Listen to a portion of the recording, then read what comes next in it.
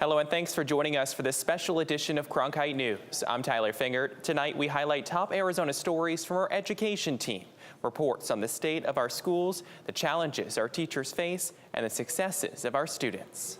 What's the issue with this video? Let me show you. As you can see, the school bus is stopped with the stop arm out. Now the car behind him is following the law. He's stopped, but the cars passing by are not. Tolleson Union High School District wants to stop that behavior by installing video cameras on its buses.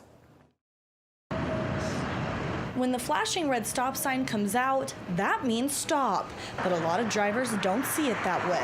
What we're finding is more and more people are running through and not observing our stop arm camera, the stop arms when they actually deploy. We've got just an incredible amount of safety factors and issues that happen through that. More school districts across the country are turning to this technology to monitor how many vehicles actually follow the stop arm laws. And once the stop arm is activated and comes out, the stop arm cameras detect any motion that happens between the front of the bus at this area and the back of the bus. They take still shots of the oncoming vehicle's driver's license plate, and then they take a shot of the vehicle, and then they also take rolling video feed. Authorities can't use the footage to prosecute violators here in Arizona. However, the district uses the data to track hotspots and potentially reroute a bus. They can also use this information to request law enforcement patrol the area during pickup and drop-off times. I think it's good to have cameras on there also because sometimes there's cars that don't pay attention, so that's going to help them see better that there's cars that are not following the rules. So it's safety for our children when they get off the bus. The district has 20 school buses with the cameras installed. They're planning on installing this technology in 18 more buses by the end of November. You just can't put a price tag on the value and the cost of a life. There are currently 15 states that have stop arm camera laws. However, Arizona isn't one of them. West hopes that the data from the stop arm cameras will raise awareness and push the state to look into this issue. Changes could soon be coming to the letter grade system for Arizona schools. The State Board of Education discussed those potential changes today. Cronkite News reporter Nicole Gutierrez was at the meeting and brings us the details. The State Board of Education spent more than a year creating the accountability system. And before a packed meeting room, teachers, principals, and even superintendents from charter and public schools across the state voiced how the system is failing their school. We have received phone calls and feedback from our community asking what happened. Our school was a letter A school and now listed as NR, and so people are wondering if our school has failed somehow. Judith Yee, head teacher of Montessori Schoolhouse of Tucson Charter School, came to be an advocate and provide feedback to the board on how the new A through F letter grading is affecting her school. Her school's NR stands for not rated, which could keep it from an $18,000 performance award. That a one-size-fits-all formula to equalize things can negatively affect small, high-performing schools like ours. Of the A to F letter grade system, growth accounts for 50% of the total grade. The new grading system puts an emphasis on test score improvement over time, but Yee and others argue that hurts already high-performing schools. Our students cannot show growth points because they are already high-achieving students. In fact, we have several students who score 100% on the test, and therefore it's mathematically impossible for them to earn growth points for improvement. So what that means is that our school like ours, who is top in the county, I believe 6th in the state, is not only not rated, but if we were to be rated, we may not get the letter A, even though we have a 90.5% passing rate, which is completely absurd. Yee's school received a notification from the Department of Education saying that their school may not qualify for the performance award this year because they were not assigned a letter grade due to low enrollment. We did not meet the new N count, which was changed to 20 students per grading grade. We have a mixed age classroom of 3rd through 5th grade where we logistically cannot carry 20 students in each of the 3rd, 4th, and 5th grade. Board President Tim Carter thanked Yee for her comment and said that the board would address her concern at the December meeting. For a school that has just a little over 100 students, you can imagine our budget is very small, and $18,000 can be a significant amount for our school. It makes a big difference in the way that we plan the logistics of our school. The Board of Education is scheduled to meet again in December and discuss further potential actions with the A through F scale. In the Broadcast Center, Nicole Gutierrez, Cronkite News. One school district has a new program to identify children who may have dyslexia as early as 4 or 5 years old. Cronkite News reporter Holly Bernstein went to Tempe to learn about the new program. Arizona is the first state to implement a program of this kind. Over the next 3 years, select classrooms in the Kyrene School District will be working with students to see if an early diagnosis makes an impact.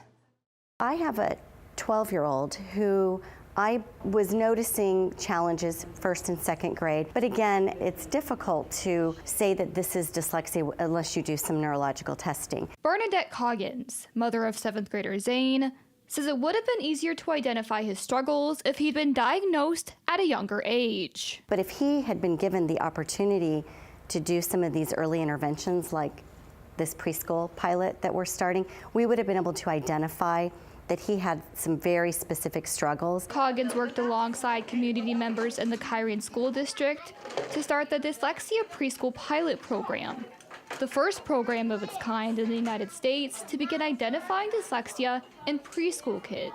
There'll be a lot of phonetic exercises, there'll be a lot of eye contact, moving your lips and learning how to speak correctly. Earlier this year, Representative Jill Norgaard, who helped facilitate the program, introduced and got passed legislation to create a dyslexia handbook. The handbook has identifications of if your student or child exhibits these conditions, he or she may have dyslexia. Kyrene's Director of Exceptional Student Services, Sandra Lane, says some of the information in the handbook is being used to guide the program, and that the Burton Family Foundation is providing a grant to cover the costs. For us to implement interventions for preschool age students, as well as training for teachers and some supplies for the classrooms. Coggins says she thinks starting in preschool will help parents and teachers identify signs of dyslexia right away. Any of the work that they're getting at this earlier stage is only going to help them. Representative Norgaard says once the program starts, they expect to receive more resources that will help them expand. The pilot program is expected to begin this January. In the Broadcast Center, Holly Bernstein, Cronkite News. It's sometimes a struggle to connect today's youth with older veterans. But one Arizonan has found a way through crocheting for a cause. Sydney Eisenberg reports. According to the U.S. Department of Housing and Urban Development, as of January 2016, there were more than 1,000 veterans who were homeless or living in temporary housing in Arizona. In Anthem, 2 groups are using plastic bags to help those homeless veterans feel a little more comfortable. These plastic bags are seeing new life thanks to the Daisy Mountain Veterans and Youth for Troops. We make plastic sleeping mats for the homeless veterans out of recycled plastic bags from Walmart, the grocery stores. It keeps you warm in the winter months and it keeps you off the cold and the wet in the summer. Volunteers gathered at the Anthem Civic Building to sort, cut, and loop plastic into long chains that would be crocheted into mats. It's not very hard once you get used to it. Austin Friedman was able to pick up crocheting after just a few minutes. He was even able to give me a lesson. And then you pull the 2 loops over, and you just made another piece of the long chain there is. Not only do these plastic mats help homeless veterans, they also connect veterans to a younger generation. Derry Berry herself is a Marine veteran from the Vietnam era. She says her favorite part is teaching kids how to help her friends who also served. One of the young girls I was showing how to crochet, she said, is there a right way or a wrong way? I said, no, this is all made with love. There's no right way or wrong way. I feel proud because they deserve to get back on their feet again for helping us, so we should help them. Now these groups plan to distribute 50 mats to different shelters and organizations. In the Broadcast Center, Sydney Eisenberg, Cronkite News. In the city of Glendale, students have the opportunity to get their federal aviation licenses and certificates after completing a career technical education program while still in high school. Cronkite News reporter Nicole Gutierrez is live in Glendale now with a look at how the program works. Here at the Central Campus of West Meck, high school students are committing to a 2-year vocational program that can lead them to one of Arizona's most on-demand careers, aviation.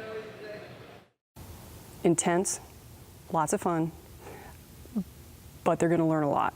Tamara Malinsky is an aviation maintenance instructor that has been in the aviation field for over 30 years, and she shares her experience with her students. They will learn tools. They will learn everything about an airplane that makes an airplane fly, how it flies, why it flies, the physics of it, all about the engine, all about the hydraulic system, about the landing gear, everything about the airplane. Students in the aviation and avionics program are currently restoring the Hiller Raven helicopter, which was flown by First Lieutenant Frank Luke Jr., who Luke Air Force Base is named after. Once the helicopter is restored, it will be in the First Lieutenant Frank Luke Jr. Memorial Museum. What it gives the students, it gives them the opportunity to make something that is as close to being airworthy as can possibly be, plus learn all about a helicopter and how it's put together, including the engine and the cyclic and all of the control surfaces.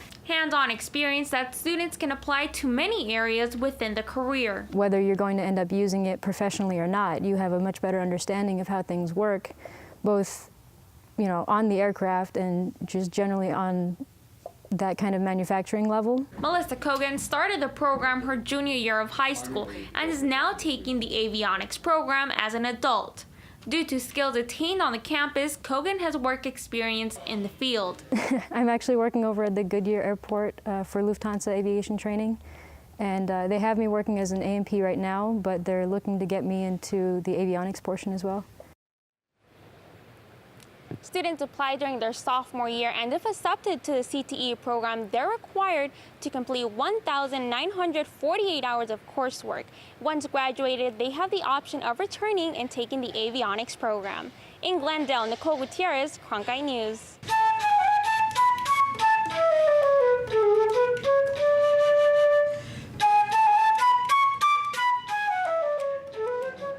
Not every child has access to a music education, but new federal guidelines show it's a key to a well-rounded education. Reporter Mia Atkins found a local music academy that wants to make sure students get the chance to play an instrument, even if they can't afford it. Victoria Aurora is a student at Rosie's House, a music academy that gives free music lessons and instruments to children who are economically disadvantaged. I'm very lucky to have private lessons because Rosie's House gives these opportunities to low-income families. Not only does Rosie's House improve its students' musical abilities, it also improves academic success, leadership skills, and social skills. According to Carolee Hagan, president of the Arizona Music Educators Association, for the first time, music is listed as an essential part of a well-rounded education under the federal Every Student Succeeds Act. Now, specifically, we can say, music is important and is justified in its own right. Music teacher Katie Valadez says elementary to high school students who learn to play are investing in their future. Being a student at Rosie's House requires a certain level of commitment and dedication. It takes that kind of commitment and hard work to apply to college. Hagan says that playing in a music ensemble can prepare students for more than an audition. They become more and more confident in how to handle themselves. I tell them it's as if you are walking into an interview. Aurora practices the flute for hours and has become used to playing in front of a crowd. Through dedication, you can achieve anything. So I have dedicated myself to practicing. 97% of Rosie's House students that graduate high school go on to enroll in college. In Phoenix, Mia Atkins, Cronkite News. ASU Preparatory Academy's Tempe High School just started sharing space with Compadre Academy in Tempe.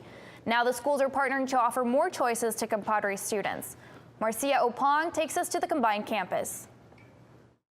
It's like knowing that how I was last year and then coming to how I am this year, I actually feel like I'm actually going to graduate with better grades. Alicia Ibarra, a 16-year-old sophomore at ASU Prep, is taking courses to get her ready for her next step, college. It helps me to pay attention and realize that I need to finish school and like get it done. Ibarra is taking the classes required for acceptance into state universities, advanced math, science, and foreign language, and that's the goal of this partnership, according to the CEO of ASU Prep.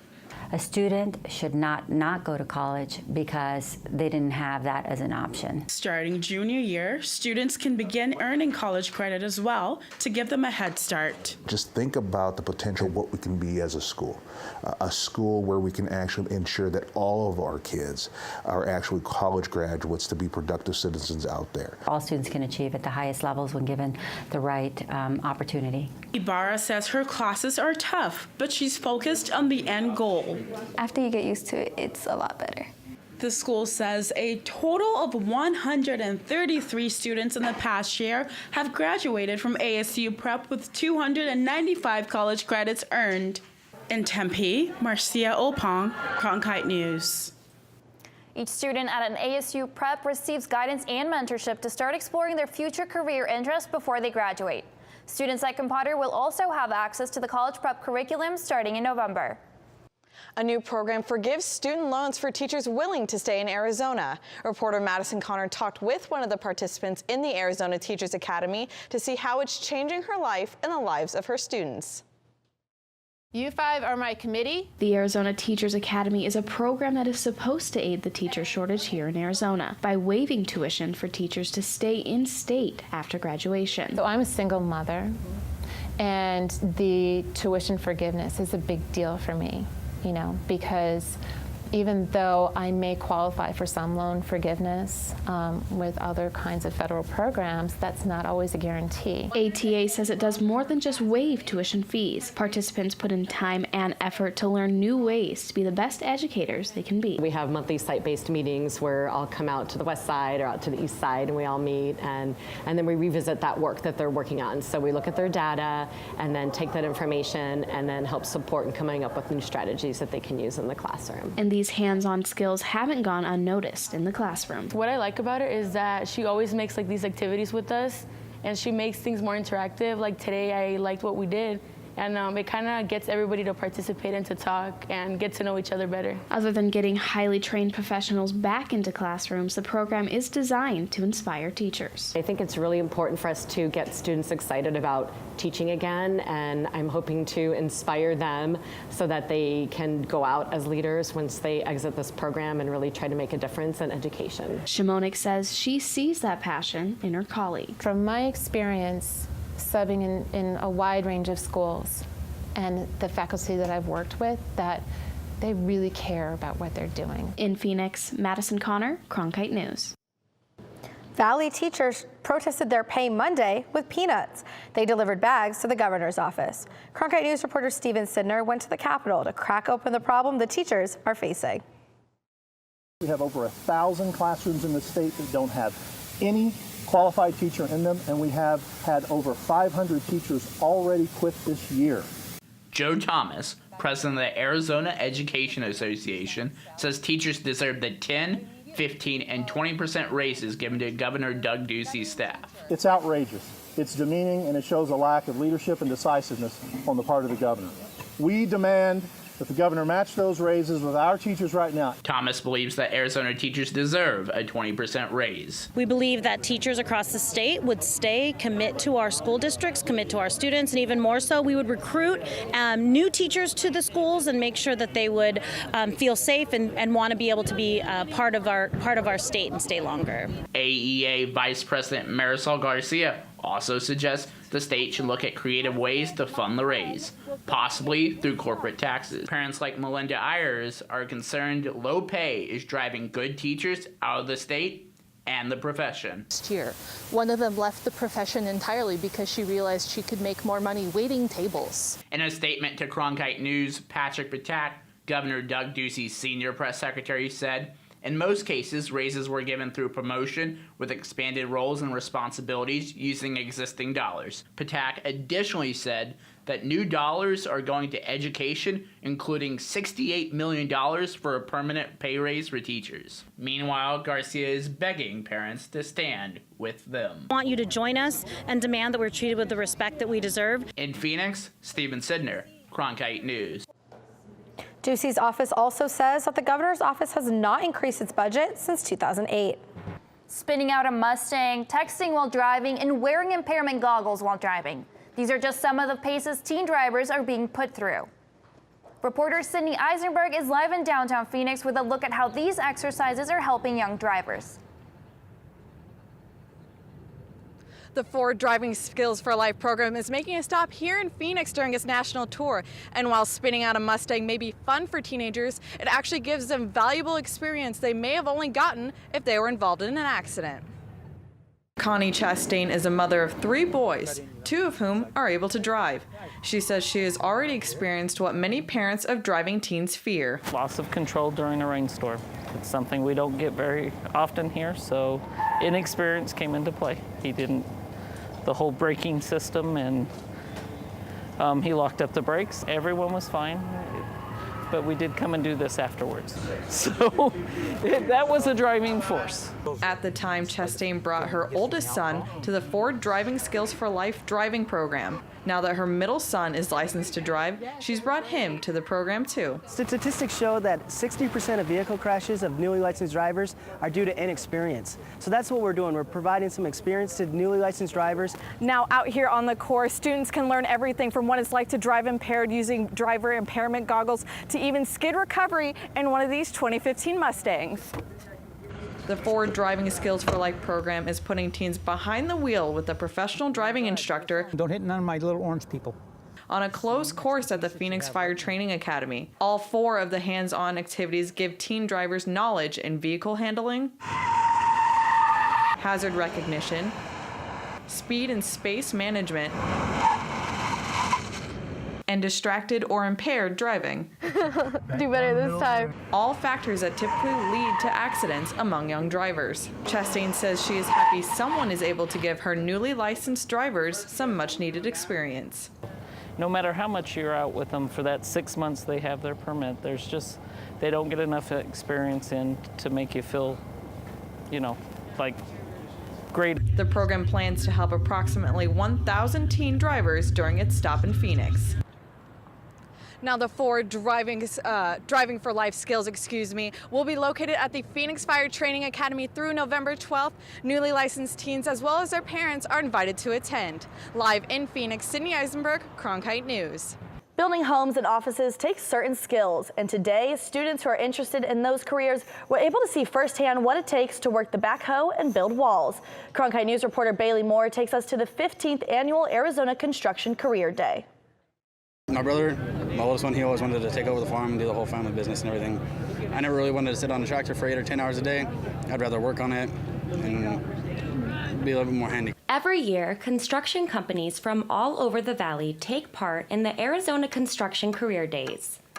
This year, Wyatt Bagnall, a student at Central Arizona College, was helping to inspire others like him. A lot of good opportunities through RDO and other outside corporations coming in, interviewing us. The annual Construction Career Days Fair gives students a unique opportunity to experience a day in the construction field, showing them how to use heavy machinery and providing training seminars. The event, hosted by the Association for Construction Career Development, is aimed at recruiting eager and hardworking individuals with or without experience. We are currently looking for people to start from the ground up, and I'm telling them that like, you'll be out there, you'll be shoveling, but we are also looking to build up our employees. So you may start with shoveling, but they are going to train you to become a plant operator, then to a plant supervisor, and then to a plant manager. This year's event attracted over 34 exhibitors and thousands of students, helping to connect companies with ready workers. They interviewed me on Thursday and said, Monday, pack up your stuff, you're going to Texas. Bagnall will get to be a mechanic on heavy machinery, just what he was hoping for. In Phoenix, Bailey Moore, Cronkite News. The event was put on by the Association for Construction Career Development, which also puts out a career guide for students. Dinosaurs might be a thing of the past, but you can get up close to the creatures starting this week. Cronkite News reporter Holly Bernstein went to the Phoenix Zoo to find out how they are bringing the reptiles to the 21st century. 3-year-old Anthony Contradas is like a kid in a candy store. the blood from his mouth. Except instead of a candy store, Anthony, along with other kids and families, is here traveling back in time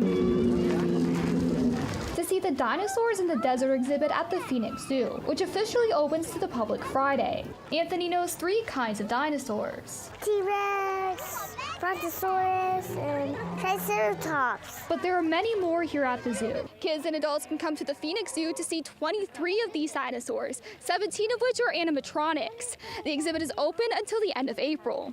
According to Phoenix Zoo PR strategist Carrie Bauman, these lifelike ferocious beasts are made by a company called the Dinosaur Company out of Texas. I know there's steel and foam, a little bit of magic. As the visitors interact with the exhibit, they'll also learn. You'll get a field guide that'll talk about the different animals, why it is we painted them the way they are. Some of them are painted like animals, such as the Chiricahua leopard frog, which is a species that we're helping to conserve here at the zoo. Bauman says there is a special story for each dinosaur. Kept it upright when they walked. Out of the dinosaurs here, Anthony has one favorite. T-Rex. And he doesn't mind the noise. In Phoenix, Holly Bernstein, Cronkite News. The exhibit runs through April 30th, and tickets cost $4 for members and $5 for non-members. Thanks for joining us for this special edition of Cronkite News. For more multimedia coverage, go to cronkitenews.azpbs.org and click on the Education tab.